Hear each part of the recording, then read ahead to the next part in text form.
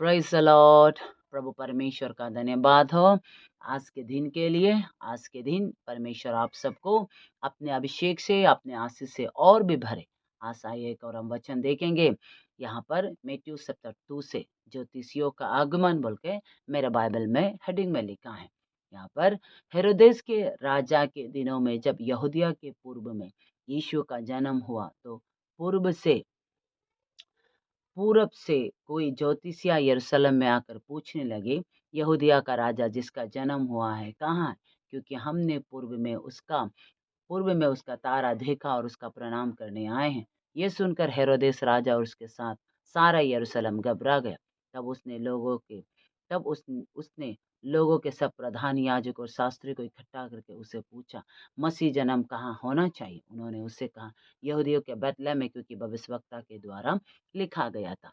3 ज्योतिषियों को मालूम है कि यीशु को जन्म हुआ है यहूदियों का यरूशलेम में। तो इसीलिए वो लोग क्या किया, वो लोग तारा को देखा, क्योंकि किताब वहाँ पर लिखा गया था, वहाँ पर बताया गया था कि जब यहूदिया का राजा को जन्म होगा, मसीह का जन्म होगा, उद्धारकर्ता का जन्म होगा, उस समय एक तारा निकलेगा। तो वो तारा वहाँ पर निकलेगा और वो तारा का शेप शायद इस तरह का होगा। सब बातें डिटेल से लिखा था। इसलिए वो लोग को मालूम था। नहीं तो दुनिया भर में इतने तारे ही निकलते हैं, ऊपर में आकाश में तारा निकलते हैं। वो तारा कितना दिनों से निकल रहे थे, लेकिन उस उन ताराओं को नहीं। वहाँ में एक अलग सा तारा दिखाई दिया। जब वो लोग ने देखा कि तारा दिखाई दिया मीन्स क्या है, ये जो 3 ज्योतिषिया पहले से ही इंतजार कर रहे थे, रुक रहे थे कि वो हर दिन उस तारा को देख रहे थे। तो वो शाम को वो तारा को दिखाई दिया कि सच में यहूदिया का राजा जो मसीह है वो जन्म ले चुका है।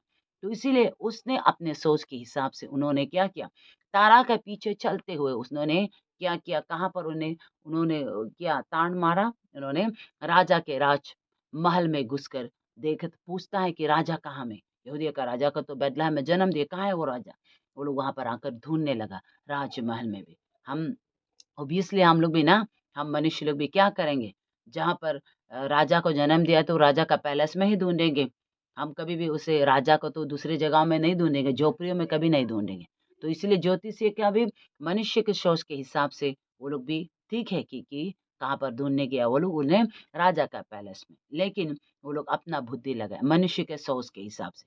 परमेश्वर ऐसा नहीं, परमेश्वर जो अपना बेटा को, अपना पुत्र को राजमहल में जन्म देने के लिए नहीं, क्योंकि राजमहल में जन्म देने से वो कैसे लोगों की सेवा कर पाएँगे? तो जैसे क्योंकि वो तो सेवा करने के लिए आए ना, सेवा करवाने के लिए नहीं, सेवा करने के लिए वो आया। तो इसीलिए उसका जन्म कहाँ पर होना चाहिए प्रभु जानता है। तो इसीलिए 3 ज्योतिषियों को क्या करना चाहिए, तारा का पीछे-पीछे उन्हें कंटिन्यू चलना चाहिए था। लेकिन उन्होंने बीच में अपना बुद्धि लगाया। हम मनुष्य को भी परमेश्वर ने चुना है। हम जितने ये लोग हैं, प्रभु के वचन को आप मेरे बातों को सुन रहे, आप सब भी प्रभु के चुने हुए लोग हैं। मैं भी प्रभु के चुने हूँ। तो हम सबको प्रभु चुनता है। हम सबको प्रभु चुनने के बाद हम सच में निकल जाते, प्रभु के पीछे चलने लगते। तो उस बीच में क्या करते हैं, हम परमेश्वर से डिस्कनेक्ट हो जाते। हम कंटिन्यू प्रभु के साथ कनेक्ट नहीं होने के कारण हम तारा के पीछे, ये जैसे 3 ज्योतिषी नहीं चलते रहने के कारण, तारा के पीछे चलते रहने से वो लोग भटकना नहीं था, सीधा वहाँ पर पहुँचना चाहिए था। लेकिन वो लोग तारा को छोड़ दिया। आज हमारे लोग भी, बहुत से मसीह भाई-बहन लोग मसीह के वचन को, आराधना उस स्थान को छोड़ रहे हैं। उसके कारण से लोग भटक रहे हैं। तो हम भटकेंगे तो भटके हुए लोग कैसे भटके हुए लोगों को ले जा सकते? अंधे अंधे को मार्गदर्शक नहीं बन सकते, दोनों ही गड्ढे में गिर जाते। तो इसीलिए हमें सबसे पहले, हम जितने लोग हैं मसीह लोग हैं, प्रभु यीशु के साथ कनेक्ट होने वाला, यीशु के साथ बने रहने वाला बनना है। आप यीशु के साथ बने नहीं रहेंगे, आपका जीवन को भी आप क्या करेंगे, भटक जाएंगे, दूसरे राह पर चलेंगे। क्या करते हैं मनुष्य लोग, जो कुछ भी करते हैं अपने किया वाला काम को तीखे सोचते हैं, लेकिन वो अंत में विनाश को पहुंच जाता है। इसीलिए मेरे प्रियजनों, हम अपनी सम्मति को, अपने किया वाला को, अपने बुद्धि को, अपने सोच को तीखे ना सोचें। परमेश्वर के वचन से उसे तुलना करें, देखें, वचन के हिसाब से चलने के लिए अपने जीवन को हमें समर्पित करना है। तब क्या हुआ, तब वो लोग क्या करते हैं कि वो लोग कहाँ पर जन्म होगा वो सब बात को किया। उसके बाद वर्ष 6 है, हे यरूशलेम तू जो यहूदा प्रदेश में है, तू किसी भी रीति से यहूदा के अधिकारियों में से सबसे छोटा नहीं है, क्योंकि तुझ में से एक अधिपति निकला जो मेरी प्रजा इस्राएल की रखवाली करेगा।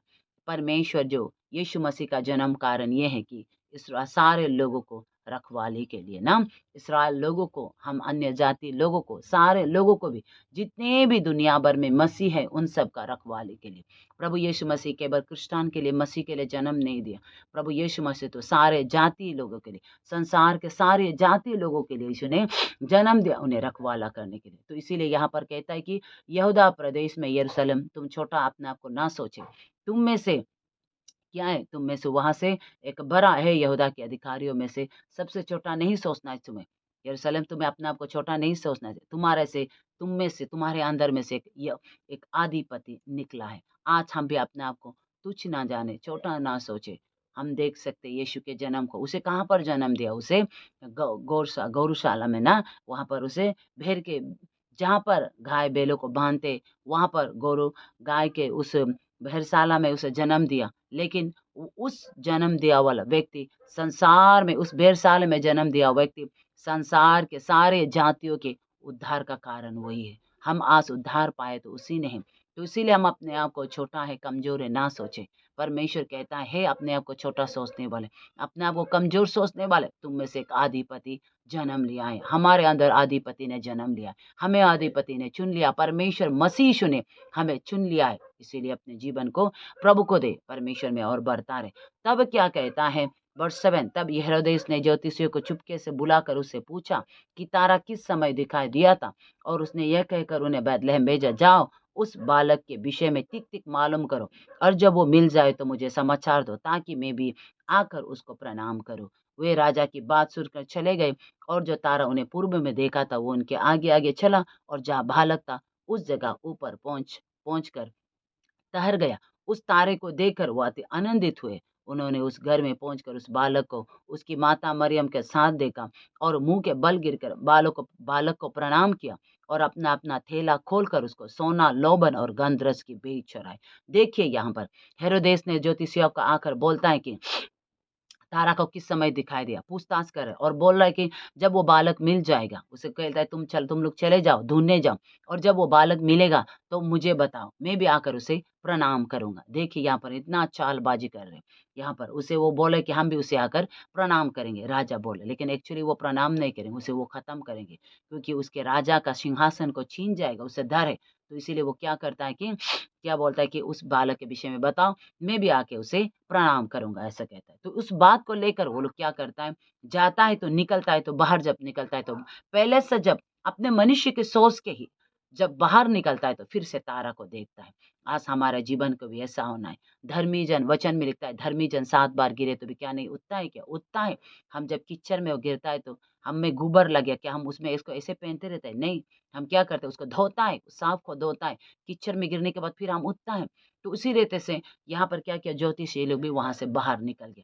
आज हमारा जीवन में इसी तरह से हम अगर भटक गए, हमसे कुछ भूल चूक हो गया, हमारे जीवन में कुछ हो गया, तो हम उसी में बेचते ना रहे, उसे सोचकर बेचते ना रहे, वहां से बाहर निकल जाए। जैसे ज्योतिषी लोग वहां पहले से बाहर निकल के, आज हमें भी उस जगह से बाहर निकल जाना है। ऐसे एरियाओं से हमें बाहर निकलना, बाहर निकल कर फिर से तारा को देखे, फिर से यीशु मसीह को देखे, हमें फिर से यीशु के पास आइए, यीशु परमेश्वर के इस वचन के पास आइए। हमें क्या करना है, उस समय परमेश्वर में फिर से अपने आप को समर्पित करें। जब उन्होंने तारा को देखा तो वो तारा ने यीशु तक उसे पहुंचाया, उस बालक तक पहुंचाया। देखा तो मरियम, माता मरियम, माँ मरियम क्या करे, यीशु के सामने वहां पर बैठा। तो उसे देख के वो लोग क्या किया, प्रणाम किया, आराधना किया, प्रार्थना किया। उसके आगे उन्होंने सुगंधित भेदों को चढ़ाया। आज हमें भी ऐसा करना है। अगर हमारे जीवन में कुछ भूल चूक गया, कुछ गलती हो गया, तो आज हमें यीशु से आराधना प्रार्थना करना, यीशु के सम्मुख आना। अब यीशु के आगे में आके झुक जाइए, यीशु में आकर आप झुक जाइए, यीशु में आप आराधना प्रार्थना कीजिए, यीशु से फिर कनेक्ट हो जाइए। यीशु क्या कहता है, तुम मेरे बिना नहीं पल सकते।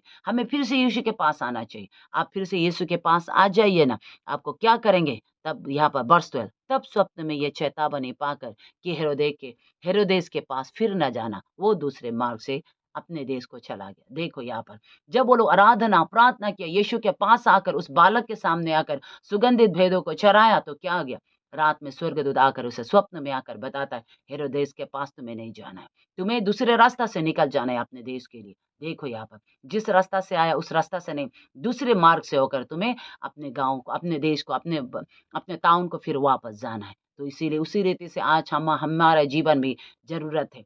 आप जब ऐसे दुःख के समय में, ऐसे आपकी गलती के समय में आप अफ़सोस करके ऐसे ही पड़े रहेंगे, बैठे रहेंगे, कुछ नहीं होने वाला। आप मन फिराए, प्रभु यीशु मसीह में आए, उससे मुलाकात कीजिए, यीशु आपको सही दिशा में फिर से बढ़ाएँगे। जैसे इन 3 ज्योतिषियों को कहा, बोला, जैसे उन लोगों को गाइड किया, वैसे आज हमें भी गाइड करेंगे। नहीं तो ये 3 ज्योतिषियाँ वापस जाना था, वापस जाकर हेरोदेस को बताना था, बालक ऐसा-ऐसा जगह में वहाँ पर है, तुम्हें वहाँ पर ऐसा-ऐसा बताना था, राजा को आकर बताना था, क्योंकि राजा का हुक्म को क्या करते हैं, लोग पूरा मानते हैं, वो ऑर्डर है, उसको ऑर्डर माना जाता है, वो लोग मानते हैं। तो आज इसीलिए उस ऑर्डर को वो लोग मानते हैं। आज भी हमारे डीसी अगर हमारे आपके ऑफ़िस में कुछ ऑर्डर करते हैं, तो क्या है, उसको फ़ॉलो करते हैं उस बात को। हर बात को फॉलो करते हैं। तो उसी तरह उन दिनों में राजा का हुक्म उसके लिए क्या है, सर आँखों पे थे, उनके मानता था। लेकिन उनको आकर राजा का हुक्म को टालने के लिए स्वर्गदूत उसे आज्ञा देते। तब वो लोग दूसरे रास्ता से चले जाते। देखिए यहाँ पर परमेश्वर हमारे जीवन में ऐसे ही कार्य करेंगे। आज अगर आप वहाँ से राजा जैसे वो ज्योतिषी लोग पहले से बाहर निकल गए, हमें भी आज बाहर निकलना है ऐसे बातों से, ऐसे सोचों से, ऐसे विचारों से, जो बातें हमें परमेश्वर से दूर ले जाती हैं। वहाँ से निकल कर फिर से अपने जीवन को प्रभु को दीजिए। परमेश्वर ज़रूर आपके जीवन को आशीष करेंगे। इसीलिए इस वचन के अनुसार प्रभु आप सबको आशीष करे। आमीन। सच में इस दिसंबर में आप सबको happy Christmas and happy new year, और आप सबको God bless you. I love you. Praise the Lord.